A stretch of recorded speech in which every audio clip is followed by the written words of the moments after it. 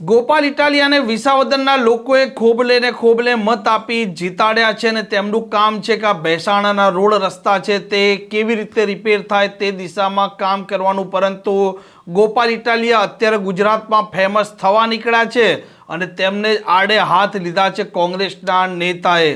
વૈષ્ણવજન તો તેને કહીએ જે પીડ પરાઈ જાનાને રે। નમસ્કાર, આપ જોઈ રહ્યા છો નવજીવન ન્યૂઝ અને હું છું આપની સાથે તોફિક ગાંચી। ધારાસભ્ય ગોપાલ ઇટાલિયાનું હવે કામ છે કે આ ભેંસાણ જૂનાગઢના જે ગ્રામ્ય વિસ્તારો છે ત્યાં રોડ રસ્તાની જે ખરાબ સ્થિતિ છે તે સુધારવાનું। પરંતુ ગોપાલ ઇટાલિયા છે તે વિસાવદર મૂકી હવે મોરબીના રોડ રસ્તાની ચિંતા કરે છે અને ગુજરાતમાં તેમને હવે છવાઈ જવું છે। આ શબ્દ છે કોંગ્રેસના નેતા અને પૂર્વ ધારાસભ્ય ઇન્દ્રનીલ રાજ્યગુરુના। જે પ્રકારે રાજીનામાની રમત અત્યારે ગોપાલ ઇટાલિયા અને કાંતિ અમૃતિયા રમી રહ્યા છે તેના વચ્ચે ગોપાલ ઇટાલિયાને આડે હાથ લીધા છે આ કોંગ્રેસના નેતાએ।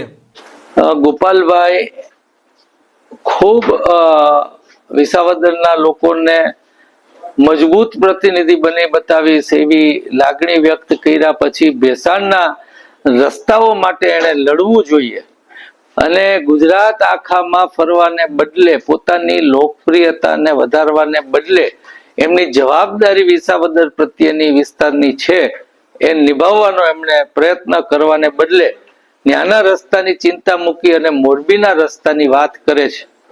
અને મોરબીના રસ્તાની વાત ભૂલાવવા માટે કાંતિભાઈ એ ગોપાલભાઈને ચેલેન્જ કરે છે કે લડવા આવો ને જીતો તો 2 કરોડ રૂપિયા લઈ જાઓ।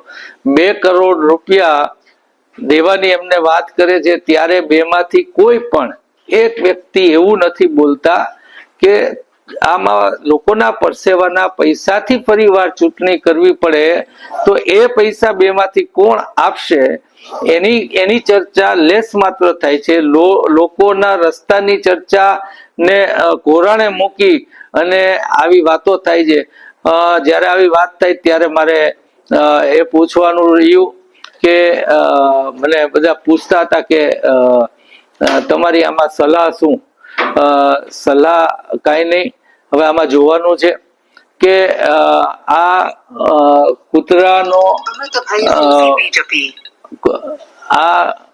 કૂતરાનું ભસવાનું હતું કે સિંહની ડણક હતી અને સલાહ આમાં ન હોય। સલાહ મારી તો લોકોને છે કે તમે સમજ્યા કર્યા વગરના લોભ લાલચમાં આવી અને કોકના વાતો સાચી ખોટી વાતોમાં આવી અને તમે જે મત દેતા હો છો ત્યારે તમારા પ્રતિનિધિઓ આવા બનતા હોય છે। એ તમે મોદીજીના પ્રભાવમાં આવી કે કેજરીવાલજીની વાતોમાં આવી અને જે કરતા હો એનાથી આવા પ્રતિનિધિઓ મળતા હોય છે અને ત્યારે સલાહ આમાં ન હોય કેમ કે તેજીને ટકોર હોય અને ગધેડાને પાટું મારવાનો કોઈ અર્થ ન રહે, પગ બગડે। માટે સલાહ દેવાનો કોઈ પ્રશ્ન નથી, લોકોએ સમજવાની વાત છે। આમ કોંગ્રેસના નેતાનું કહેવું છે કે તે કોઈ સલાહ આપવા નથી માંગતા, પરંતુ જે પ્રકારે ગોપાલ ઇટાલિયા છે તે હવે ધારાસભ્ય બન્યા છે તો ભેંસાણના રસ્તાની તે ચિંતા કરે નહીં કે મોરબીના રસ્તાની। અને કાંતિ અમૃતિયાને પણ તેમણે તેમની ભાષામાં સમજાવ્યા છે। આ પ્રકારના સમાચાર પ્રકારના અહેવાલ માટે નવજીવન ન્યૂઝની આ ચેનલ જોવાનું ને સબસ્ક્રાઇબ કરવાનું ભૂલતા નહીં। નમસ્કાર। વૈષ્ણવજન તો તેને કહીએ જે પીડ પરાઈ